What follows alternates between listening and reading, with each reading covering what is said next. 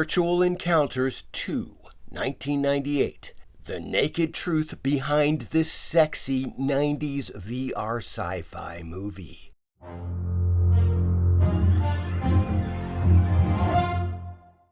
Greetings, fiends. Today we're pulling back the layers of time to reveal the naked truth behind Virtual Encounters 2, a sexy sci-fi movie about virtual reality from 1998. Directed by Cybil Richards, starring Ethan Hunt, Nikki Fritz, Kara Styler, and John Roberts. Virtual Encounters 2 plot. A nerdish computer geek stumbles upon a virtual reality computer program that puts the viewer right into the experience. His roommate convinces him to use it as a sex-type VR program and sell folks various sexual experiences. Meanwhile, the nerd aspires to date a girl he's too shy to approach and hopes the virtual encounter program will help him out. Rare exploitation cinema. Virtual Encounters 2 is one of those 90s VR sci-fi exploitation movies that is rather rare today. Go look for it on Amazon, Tubi, Plex, etc., and it is nowhere to be found. However, DVDs and VHS are still sold through Amazon and eBay, and you can watch it on the official Full Moon Entertainment website by becoming a member. While there isn't much to go on for this film, we present the naked truth behind the scenes with some eye-popping trivia. Virtual Valerie, 1990. In 1991, I went to see a presentation during the World Science Fiction Convention taking place in Chicago that year. Robert Anton Wilson and Timothy Leary were pitching virtual reality and a new VR game, the first of its kind, called Virtual Valerie, which had just been released in 1990.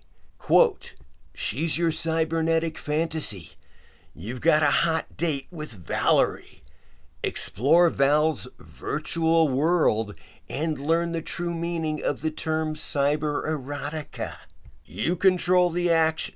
Hilarious, rip-roaring entertainment in a sexploration adventure." Unquote. See my upcoming video for more on Virtual Valerie and Worldcon 1991. Virtual Encounters 2, The Naked Truth. When asked for how he chose women for this and other erotic films, producer Pat Siciliano said, quote, "She has to be appealing to my eye, and when she comes to set, she has to rock," unquote. He added that they, of course, need to be uninhibited and have no qualms about being fully nude and acting out soft-core love scenes.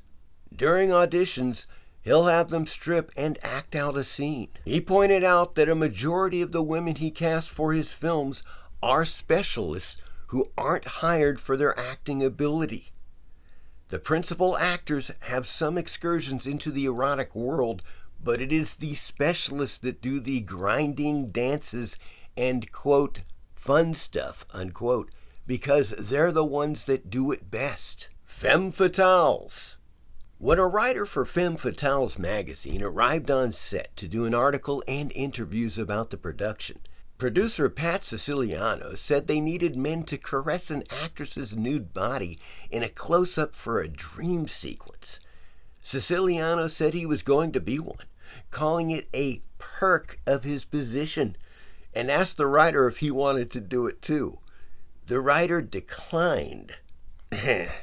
When asked why his erotic films cast mostly white women, producer Pat Siciliano said it's because there aren't that many quote-unquote ethnic types in the erotic film business. He said he'd been trying to get more ethnics into their films, but there just aren't enough willing or available.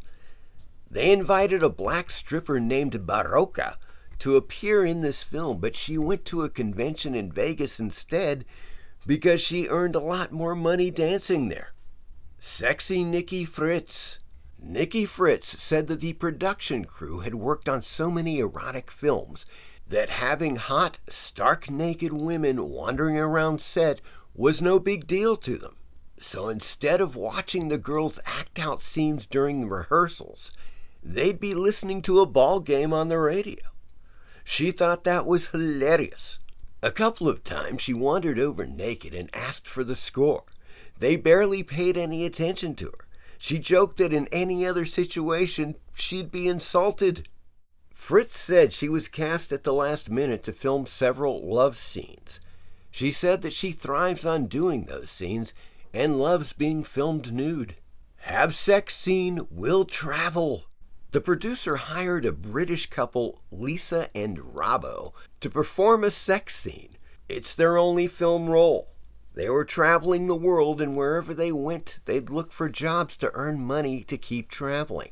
When they arrived in LA from Africa, they answered an ad for new talent to appear in an erotic film. Thinking it sounded like fun, they called the producer and he hired them. Lisa said being totally naked in front of a large male crew terrified her at first, but once she and her boyfriend got into the scene, she thought it was pretty exciting to have people watch. Kara Styler's first role. Kara Styler said in an interview that she isn't afraid of being typecast in B-movies. She admits that it's, quote, cool to be topless in a graveyard chased by hungry ghouls, unquote. Producer Pat Siciliano told Femme Fatale's magazine that he and Surrender Cinema were reprising, with Styler, the career moves that they tailored for Jacqueline Lavelle. The plan was to walk Styler through non-speaking nude gigs, then she'd graduate to supporting and leading roles. They signed Styler for 2 or 3 more movies. Siciliano said about her, quote, she's not only stunning, she's 6 foot tall. That's a lot for the camera to explore, unquote. Bodacious Brandy Davis. Brandy Davis told Femme Fatale's magazine, quote, I don't mind nudity, but the love scene I do is the most racy thing I've ever done. It's not hardcore, so it's nothing to be ashamed of. But my parents won't know about it, and my boyfriend doesn't want to hear about it, unquote. No connection to the first film. Despite being a sequel to Virtual Encounters, Virtual Encounters 2 features no returning characters from the original movie. Do your part and recycle. The film's trailer contains the original deleted CGI effects and a rejected musical score from Full Moon's arcade film. I hope you enjoyed this look at Virtual Encounters 2. As always, please like and subscribe. Thank you.